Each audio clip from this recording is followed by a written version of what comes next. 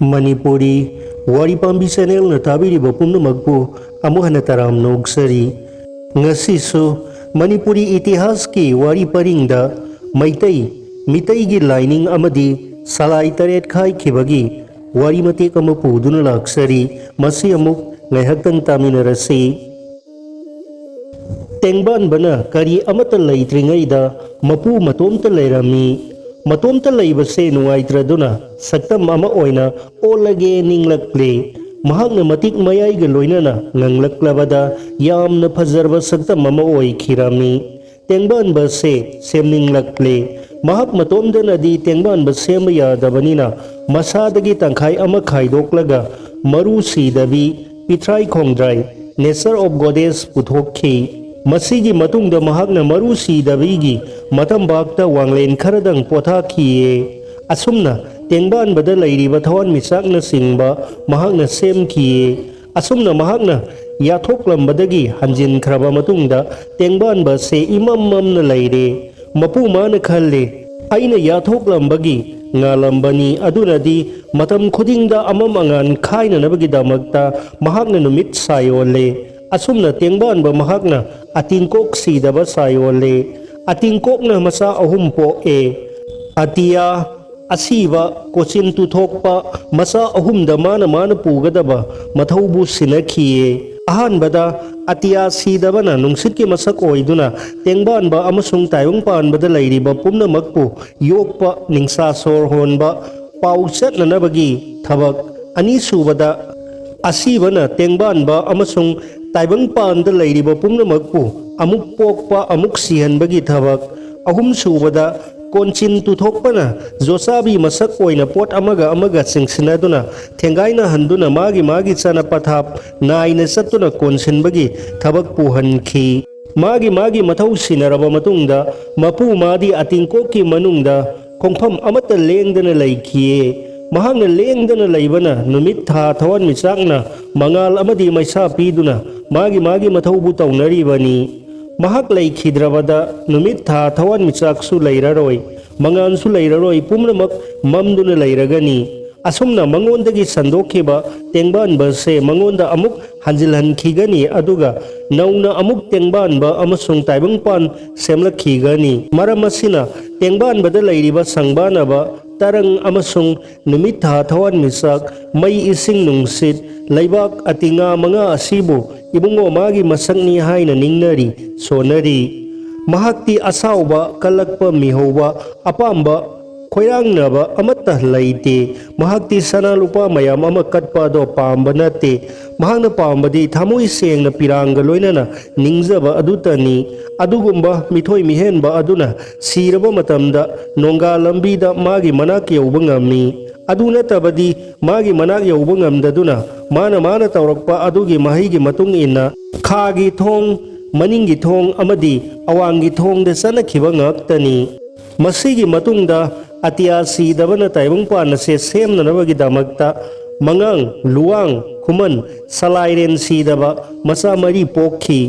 pari mari kauraga yumlep sara tamnanaba taloi thiro hairabada mangang luang khuman ahumdi taloi thizararoi matam kaune leijarage hayeng taibang haina leiraklaba matamda mangang luang khuman moirang angom khabanganba sarang leisang them kauna leiraba matamda yumlep sara tamduna masa masu sandoksage paukhumjakhi masigi mathangda salairen sidabada taibang semlo hairaklabada karamna semsige khallingaida masada nanbada nura khara thokhi mado khubang mayaida thambada yamna fazaraba nuja ama oirami mabu leimaren sidabibu kaunakhi makhoi ani surabada mapu magi nongdamdagi ninglakpa matamda masadagi koktagi thabaktagi khwangdagi khongdagi maikai ngakpa lai mayam saroi ngaroi na singba khaidokhi maram asina mahakbu salairen kaukhi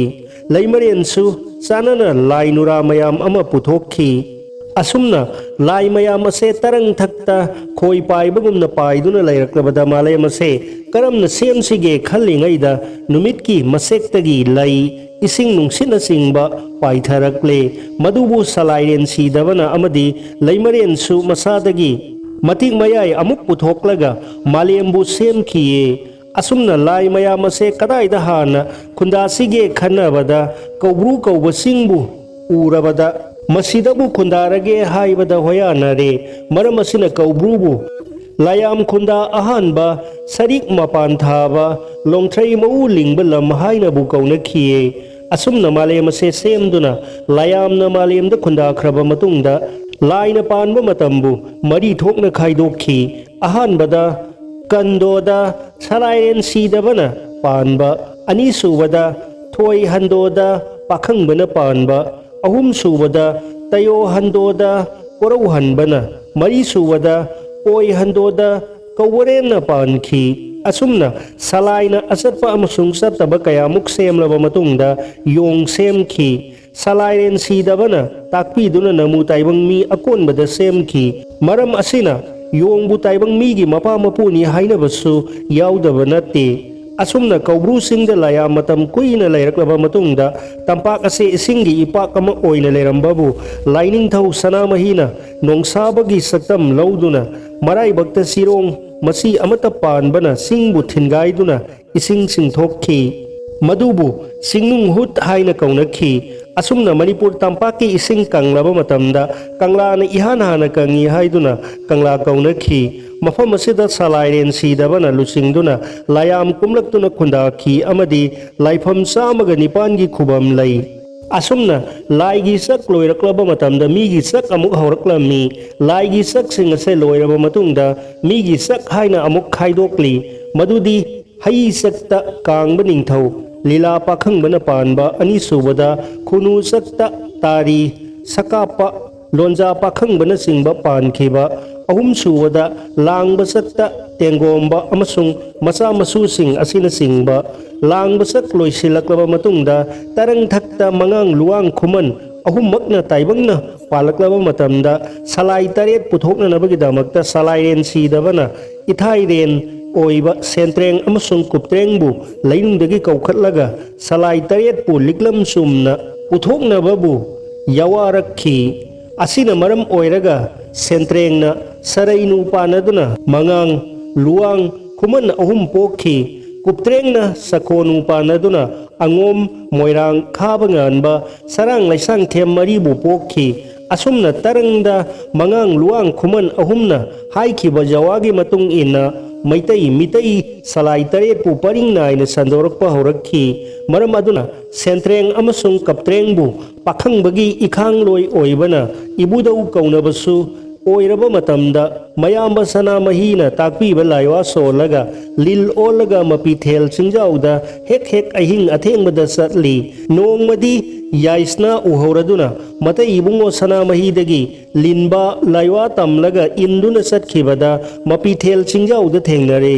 matam khara laiminaraba matamda marum taret kokhi taret aduna masa taret onki madubu salai taret haina kaunakhi lingi salai taret ka migi salai taret ka manabana aikhoigi ibudau kaunari adum oinamak lil adudagi mi ole haibamakti thengnajadri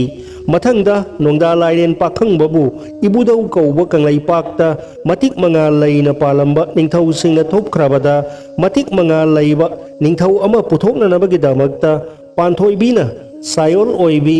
lainung sakha yaibirokna korau hanba numit pu numit khodingi mingkhai samaga nipan sonduna ningjabada nongpok asiba purairombana nonglam ama mayada umduna puraklaga lainung yabirokta pi mado numit khodingi mathada konbada matam khara lairaga inga thagi thanil numitta masa ama phangjakhi mabu nongda layen pakhangba haina kaunakhi Kang Maningthaugi matamdagi kangjai sanaba laibaki masin kaya hudokhiba leirabasu mapung phana pathap ama naina haurakpadi nongda lairen pakhangbagi matamdagi ni laisem nungsemgi matau amadi mi semlakpagi matau lauraga lai harauba hudokpa sagaigi yek salai khaina launaba yaba yadaba sahi amagi laigi taugadaba mathau amadi sanamahibu yum khudingi santhongda utang wana lubak saraga numitki masak mana sem sai latpana singba kayamuk haudokhibadi nongda lairen pakhangbani maram asina mahakpusu ibudau kaunai mahaki matamdagi ningthaubu maidingu kauba haudokhi ꯃꯅꯤꯄꯨꯔꯗ ꯍꯤꯟꯗꯨ ꯙꯔꯃ ꯆꯠꯅꯗ꯭ꯔꯤꯕ ꯃꯇꯝ ꯑꯗꯨ ꯐꯥꯎꯕ ꯅꯤꯡꯊꯧꯕꯨ ꯃꯩꯗꯤꯡꯉꯨ ꯀꯧꯕ ꯑꯗꯨꯝ ꯆꯠꯅꯔꯛꯈꯤ꯫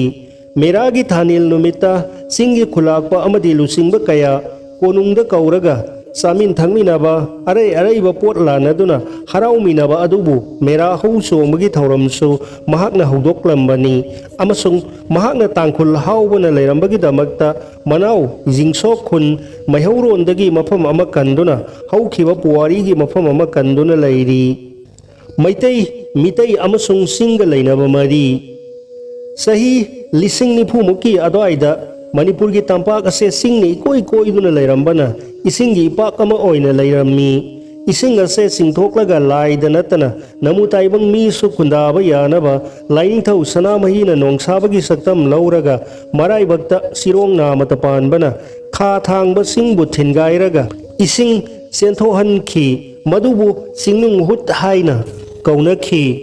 ꯍꯧꯖꯤꯛ ꯇꯝꯗ ꯂꯩꯔꯤꯕ ꯃꯩꯇꯩ, ꯃꯤꯇꯩ ꯑꯁꯤꯁꯨ ꯆꯤꯡꯗ ꯂꯩꯔꯝꯃꯤ꯫ ꯂꯣꯏꯅꯅ ꯃꯩꯇꯩ ꯀꯧꯗ꯭ꯔꯤꯉꯩꯗ ꯑꯉꯣꯝ, ꯃꯣꯏꯔꯥꯡ, ꯈꯥꯕ, ꯆꯦꯡꯂꯩ, ꯁꯔꯥꯡ, ꯂꯩꯁꯥꯡꯊꯦꯝ ꯍꯥꯏꯅ ꯀꯧꯅꯗꯨꯅ ꯈꯨꯠ ꯀꯟꯕꯅ ꯅꯤꯡꯊꯧ ꯑꯣꯏꯗꯨꯅ ꯂꯩꯅꯔꯝꯃꯤ꯫ ꯃꯔꯝ ꯑꯗꯨꯅ ꯍꯧꯖꯤꯛ ꯆꯤꯡꯗ ꯂꯩꯔꯤꯕ ꯃꯩ ꯇꯥꯕ ꯆꯤꯡꯃꯤ ꯀꯌꯥꯃꯨꯛ ꯂꯩꯔꯤ꯫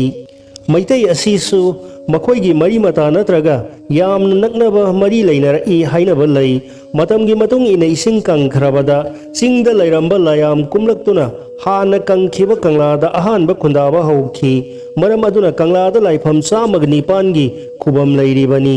ꯃꯩꯇꯩꯁꯤꯡꯅ ꯆꯤꯡꯅ ꯏꯄꯥꯅꯤ, ꯇꯝꯅ ꯏꯃꯥꯅꯤ ꯍꯥꯏꯅꯔꯤ꯫ ꯆꯤꯡꯗ ꯀꯥꯔꯒ ꯎ ꯌꯥꯜꯂꯒ ꯏ ꯐꯥꯜꯂꯒ ꯌꯨꯝ ꯁꯥꯏ, ꯑꯗꯨꯒ ꯆꯥꯛ ꯊꯣꯡꯅꯅꯕ ꯁꯤꯡ ꯆꯥꯅꯔꯝꯃꯤ꯫ ꯃꯩꯇꯩꯒꯤ ꯍꯧꯔꯛꯐꯝ ꯑꯣꯏꯔꯤꯕ ꯅꯤꯡꯊꯧ ꯀꯥꯡꯕ ꯇꯥꯡꯖ ꯂꯤꯂꯥ ꯄꯥꯈꯪꯕꯒꯤ ꯃꯄꯥꯔꯤ ꯑꯁꯤꯁꯨ ꯀꯧꯕ꯭ꯔꯨ ꯆꯤꯡꯒꯤ ꯁꯨꯔꯨꯡꯗ ꯄꯣꯛꯈꯤ ꯍꯥꯏꯅꯔꯤ꯫ ꯀꯥꯡꯄꯣꯛꯄꯤ, ꯀꯪꯂꯥꯇꯣꯡꯕꯤ, ꯀꯥꯃꯣꯡ, ꯀꯥꯡꯖꯥꯕꯤ ꯀꯧꯔꯤꯕ ꯑꯁꯦ ꯀꯥꯡꯕ ꯅꯤꯡꯊꯧꯒ ꯃꯔꯤ ꯂꯩꯅꯕꯃꯛꯇꯅꯤ ꯍꯥꯏꯅꯩ꯫ ꯃꯥꯏꯀꯩ ꯉꯥꯛꯄ ꯂꯥꯏꯁꯤꯡꯗꯤ ꯍꯥꯏꯕꯗꯤ ꯀꯧꯕ꯭ꯔꯨ, ꯃꯥꯔꯖꯤꯡ, ꯅꯣꯡꯄꯣꯛ ꯅꯤꯡꯊꯧ, ꯅꯣꯡꯄꯣꯛ ꯑꯁꯤꯕ, ꯄꯨꯔꯩꯔꯣꯝꯕ, ꯋꯥꯡꯄꯨꯔꯦꯟ, ꯊꯥꯡꯖꯤꯡ, ꯀ꯭ꯋꯥꯔꯣꯛ, ꯃꯣꯟꯗꯨꯝ, ꯀꯣꯡꯕ ꯃꯔꯨ, ꯀꯣꯟꯗꯣꯡ ꯂꯥꯏꯔꯦꯝꯕꯤ, ꯍꯤꯌꯥꯡꯊꯥꯡ ꯂꯥꯏꯔꯦꯝꯕꯤ, ꯏꯔꯩꯃ ꯅꯆꯤꯡꯕ ꯂꯥꯏ ꯑꯌꯥꯝꯕ ꯆꯤꯡꯗ ꯉꯥꯛ ꯂꯩꯔꯤꯕꯁꯤꯅꯤ꯫ ꯃꯁꯦ ꯃꯩꯇꯩꯒ ꯂꯩꯁꯦꯝꯉꯩꯗꯒꯤ ꯃꯔꯤ ꯂꯩꯅꯔꯛꯄꯒꯤ ꯈꯨꯗꯝꯅꯤ꯫ ꯅꯣꯡꯄꯣꯛ ꯅꯤꯡꯊꯧ ꯄꯥꯟꯊꯣꯏꯕꯤꯒꯤ ꯈꯨꯕꯝ꯫ ꯀꯥꯡꯕ ꯅꯤꯡꯊꯧ ꯁꯅꯥꯃꯍꯤꯕꯨ ꯊꯥꯖꯅ ꯅꯤꯡꯖꯕ ꯅꯤꯡꯊꯧ ꯑꯃ ꯑꯣꯏꯔꯝꯃꯤ꯫ ꯃꯍꯥꯛꯅ ꯅꯨꯡ ꯑꯃꯕꯨ ꯁꯅꯥꯃꯍꯤꯒꯤ ꯁꯛꯇꯝ ꯑꯣꯏꯅ ꯆꯤꯡꯗ ꯂꯥꯠꯂꯝꯃꯤ꯫ ꯃꯍꯥꯛꯅ ꯑꯍꯟꯒꯤ ꯃꯇꯝ ꯑꯣꯏꯔꯛꯂꯕꯗ ꯂꯪꯃꯥꯏ ꯆꯤꯡꯒꯤ ꯅꯣꯡꯄꯣꯛ ꯅꯤꯡꯊꯧ ꯄꯥꯟꯊꯣꯏꯕꯤꯒꯤ ꯈꯨꯕꯝ ꯑꯣꯏꯔꯤꯕ ꯁꯨꯔꯨꯡ ꯑꯁꯤꯗ ꯊꯝꯈꯤ ꯍꯥꯏꯅꯩ꯫ ꯃꯍꯥꯛꯅ ꯅꯣꯡꯒꯥꯈ꯭ꯔꯕꯗ ꯃꯥꯒꯤ ꯃꯁꯨ ꯁꯨꯊꯥꯡ ꯄꯤꯇꯪꯀꯣꯏꯁꯨ ꯃꯕꯨꯗꯧꯅ ꯂꯥꯏ ꯌꯥꯝꯅ ꯊꯥꯖꯕꯒꯨꯝꯅ ꯃꯍꯥꯛꯁꯨ ꯂꯥꯏ ꯌꯥꯝꯅ ꯊꯥꯖꯕ ꯅꯤꯡꯊꯧ ꯑꯃ ꯑꯣꯏꯔꯝꯃꯤ꯫ ꯃꯍꯥꯛꯅ ꯂꯥꯏꯐꯝ 109ꯒꯤ ꯈꯨꯕꯝ ꯊꯤꯗꯨꯅ ꯁꯦꯝꯒꯠꯂꯝꯃꯤ꯫ ꯅꯣꯡꯃ ꯃꯍꯥꯛꯅ ꯂꯪꯃꯥꯏ ꯆꯤꯡꯗ ꯂꯩꯔꯤꯕ ꯅꯣꯡꯄꯣꯛ ꯅꯤꯡꯊꯧ ꯄꯥꯟꯊꯣꯏꯕꯤꯒꯤ ꯈꯨꯕꯝꯗ ꯂꯥꯏ ꯈꯨꯔꯨꯝꯕ ꯂꯥꯛꯄꯗ ꯅꯣꯡꯄꯣꯛ ꯅꯤꯡꯊꯧꯒ ꯎꯅꯔꯝꯃꯤ꯫ ꯅꯣꯡꯄꯣꯛ ꯅꯤꯡꯊꯧꯅ ꯆꯥꯟꯕꯤꯗꯨꯅ ꯂꯪꯃꯥꯏ ꯆꯤꯡꯒꯤ ꯁꯨꯔꯨꯡꯗ ꯁꯅꯥꯃꯍꯤ ꯑꯃꯁꯨꯡ ꯂꯥꯏꯌꯥꯝꯒ ꯂꯣꯏꯅꯅ ꯁꯥꯟꯅꯔꯤꯕ ꯑꯗꯣ ꯌꯦꯡꯍꯟꯈꯤ ꯑꯃꯗꯤ ꯁꯅꯥꯃꯍꯤꯅ ꯃꯕꯨꯗꯧꯅ ꯃꯥꯕꯨ ꯊꯥꯖꯅ ꯂꯥꯠꯂꯝꯕꯒꯤ ꯋꯥꯔꯤ ꯂꯩꯔꯝꯃꯤ꯫ ꯃꯔꯝ ꯑꯁꯦ ꯂꯩꯕꯅ ꯑꯁꯨꯝꯅ ꯁꯣꯟꯅꯔꯤ: ꯂꯪꯃꯥꯏ ꯍꯥꯒꯗꯔ ꯍꯥꯗꯕ ꯆꯤꯡ, ꯁꯦꯂꯣꯏ ꯅꯤꯛꯀꯗꯔ ꯅꯤꯛꯇꯕ ꯆꯤꯡ, ꯇꯦꯡꯅꯧꯅ ꯍꯨꯏꯊꯥ ꯂꯣꯟꯕ ꯆꯤꯡ, ꯂꯣꯛꯁꯥ 9 ꯂꯣꯡꯕ ꯆꯤꯡ, ꯏꯔꯝ 8ꯅ ꯆꯦꯟꯕ ꯆꯤꯡ ꯍꯥꯏꯅꯕꯨ ꯁꯩꯊꯥꯅꯔꯤ꯫ ꯑꯇꯣꯞꯄ ꯃꯃꯤꯡ ꯄꯟꯕ ꯌꯥꯕ ꯑꯃꯅ ꯃꯍꯥꯛꯀꯤ ꯃꯇꯝꯗ ꯊꯣꯛꯈꯤꯕ, ꯍꯧꯖꯤꯛ ꯇꯨꯡꯒꯤ ꯊꯣꯛꯂꯛꯀꯗꯕ ꯄꯨꯝꯅꯃꯛ ꯈꯪꯕ ꯉꯝꯕ ꯃꯥꯏꯆꯧ ꯑꯃ ꯂꯩꯔꯝꯃꯤ꯫ ꯃꯥꯒꯤ ꯃꯃꯤꯡꯕꯨ ꯃꯉꯥꯡ ꯂꯥꯏꯅꯤꯡꯍꯜ ꯀꯧꯔꯝꯃꯤ꯫ ꯃꯍꯥꯛꯁꯨ ꯂꯥꯏꯖꯤꯡ ꯆꯤꯡꯗ ꯍꯤꯔꯤ ꯀꯣꯟꯗꯨꯅ ꯂꯥꯏꯅꯤꯡꯂꯝꯃꯤ ꯍꯥꯏꯅꯔꯤ꯫ ꯑꯁꯨꯝꯅ ꯃꯩꯇꯩꯒꯤ ꯆꯤꯡꯒ ꯌꯥꯝꯅ ꯅꯛꯅꯕ ꯃꯔꯤ ꯂꯩꯅꯔꯛꯂꯤ꯫ ꯆꯤꯡꯒ ꯃꯔꯤ ꯂꯩꯅꯗ꯭ꯔꯕꯗꯤ ꯍꯤꯡꯕ ꯌꯥꯗꯕ, ꯇꯠꯅ ꯊꯥꯅꯕ ꯌꯥꯗꯕ ꯑꯃ ꯑꯣꯏꯔꯛꯏ ꯍꯥꯏꯅꯩ꯫